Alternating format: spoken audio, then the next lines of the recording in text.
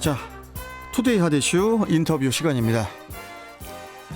코로나19 확산 사태 속에서도 막힘없는 성장세에 가속도가 붙은 인터넷 플랫폼 기업에 대해서 정부와 정치권이 규제의 칼날을 겨누고 있습니다. 때문에 국내 대형 빅테크 기업인 네이버와 카카오가 흔들리고 있는데요. 자, 빅테크 규제 관련해서 IT조선 유진상 기자와 이야기 나눠보도록 하겠습니다. 자, 연결돼 있죠? 유진상 기자님, 안녕하세요. 예, 안녕하세요. 예. 자, 이 빅테크 기업에 대한 규제와 견제, 이게 이제 세계적인 트렌드라고도 하던데요. 네. 중국 역시도 당국의 빅테크 기업 때리기에 나섰다고 하는데, 네네. 어떤 식으로 액션을 취하고 있는 거죠, 지금? 예, 그 빅테크 때리기는 현재 미국과 유럽, 중국 등 세계에서 이루어지고 있는 현상인데요. 중국의 경우는 지난해 마윈 알리바바 창업자가 중국 금융당국의 규제를 비판했다가 알리바바 그룹 계열사인 엔투그룹의 상장이 다 무산됐습니다. 그렇죠. 예, 그리고 당국의 만료에도 뉴욕 증시를 택했던 차량 공유업체 디디추싱은 상장 폐지를 검토하고 있고요. 네.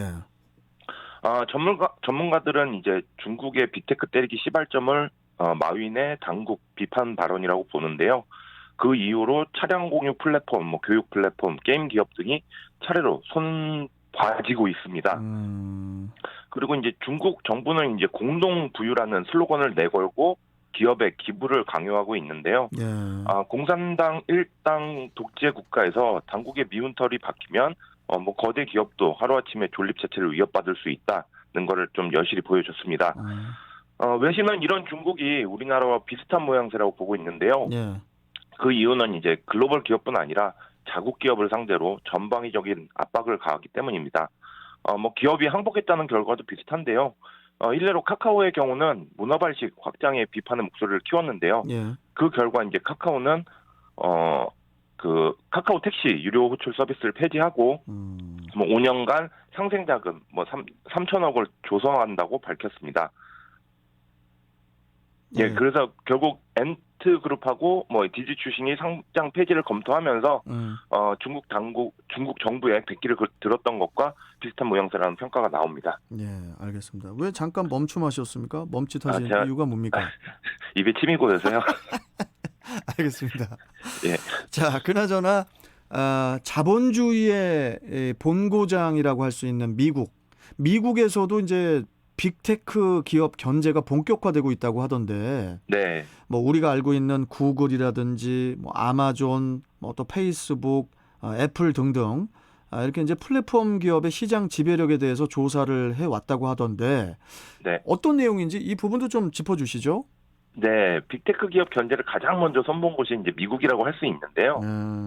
미국은 2010년대부터 관련 연구를 시작을 했고, 본격적으로 구글, 아마존, 페이스북, 애플 등의 플랫폼 기업의 시장 지배력을 조사하고 압박을 가한 거는 2019년부터입니다. 예. 이제는 트럼프 행정부 일때인데요. 바이든 행정부에서도 이 기조는 계속 이어지고 있습니다. 특히 바이든 행정부는 빅테크 독점을 막을 핵심 3인방을 최근 임명했는데요. 이로써 독과점 관행을 규제하려는 움직임이 본격화됐다라는 분석과 함께 미국 빅테크 기업이 받는 압박이 더욱 강해질 것이다라는 분석이 나오고 있습니다. 예. 그 3명 임명된 3명은 누구냐면 법무부 반독점 국장의 조나단 켄터 변호사가 맡았고요. 조나단 변호사? 예, 그는 20여 년간 성공한 반독점 변호사로 꼽히고 있습니다. 또 한국의 공정거래위원회에 해당하는 연방거래위원회 FTC라고 하는데요. 여기 수장에는 리나칸 위원장이 임명됐습니다. 그는 아마존 킬러로 알려져 있고요.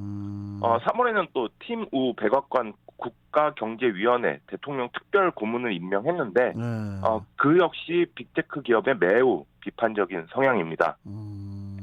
이쯤 되면 왜 플랫폼 기업의 독과점 논란이 불어닥쳤을까 하는 궁금증이 생기실 수 있을 것 같은데요. 바로 플랫폼으로 경제력이 집중되기 때문입니다. 그렇죠. 예, 코로나19 확산 사태가 이를 가속화시켰는데요. 과거의 제조업 위주의 규제로는 새로운 산업을 규제할 수 없다는 우려가 이제 바탕이 된 건데요.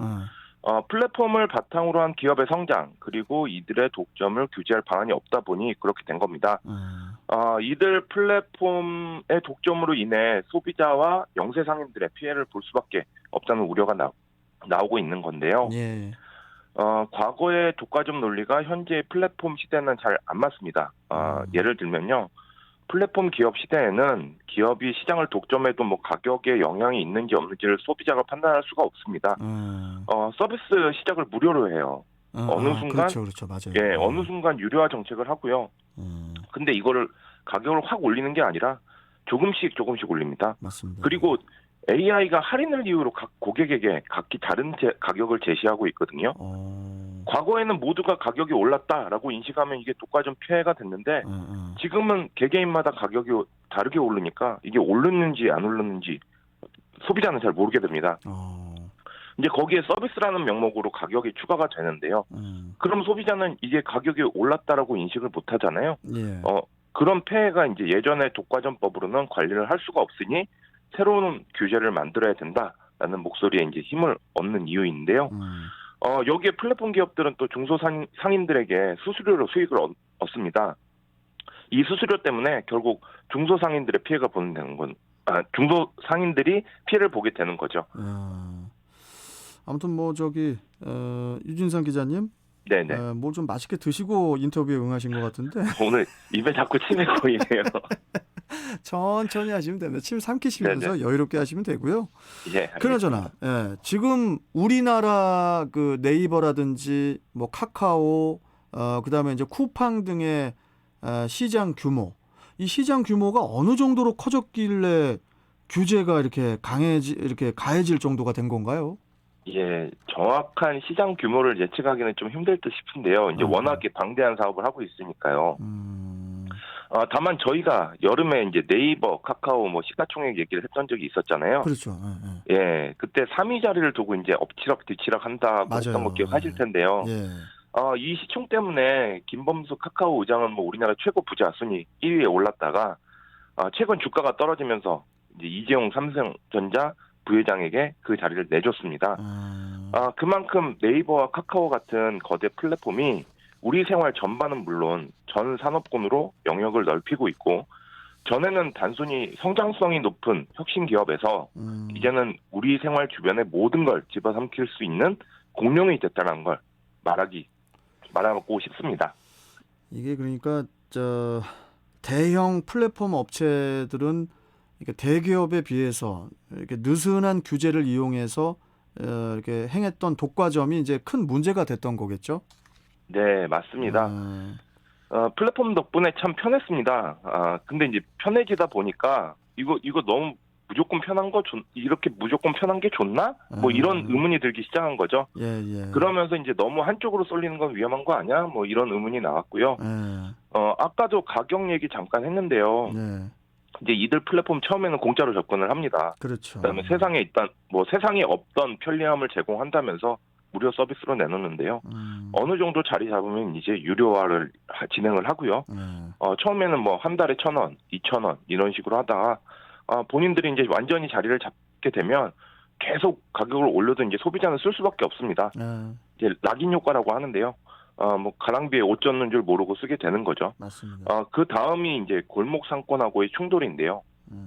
각종 서비스를 내놓는다고 하니까 이제 경쟁 서비스 스타트업이 있으면 이를 흡수합병해 버리거나 아니면 무리하게 골목으로 서비스를 확장하면서 충돌이 발생하게 되는 거죠. 이게 물론 뭐 기업도 처음에 뭐 무료화했다가 나중에 유료화로 가는 거는 기업들도 이제 이익을 얻어야 되니까 이해는 가는데 그런데 네네. 이제 뭐 대형 플랫폼 그다음에 코로나19까지 이거 뭐 우리 자영업자들이 현재 버티고 있는 것만 해도 기적이 아닌가 미라클이 아닌가 이런 생각이 들거든요. 네, 맞습니다. 좀 정부에서 준비를 해야 할 것들이 앞으로 좀 더 많아 보입니다. 맞습니다. 자, 오늘 말씀 여기까지 좀 듣고 또 다음 시간에 뵙겠습니다. 고맙습니다, 기자님.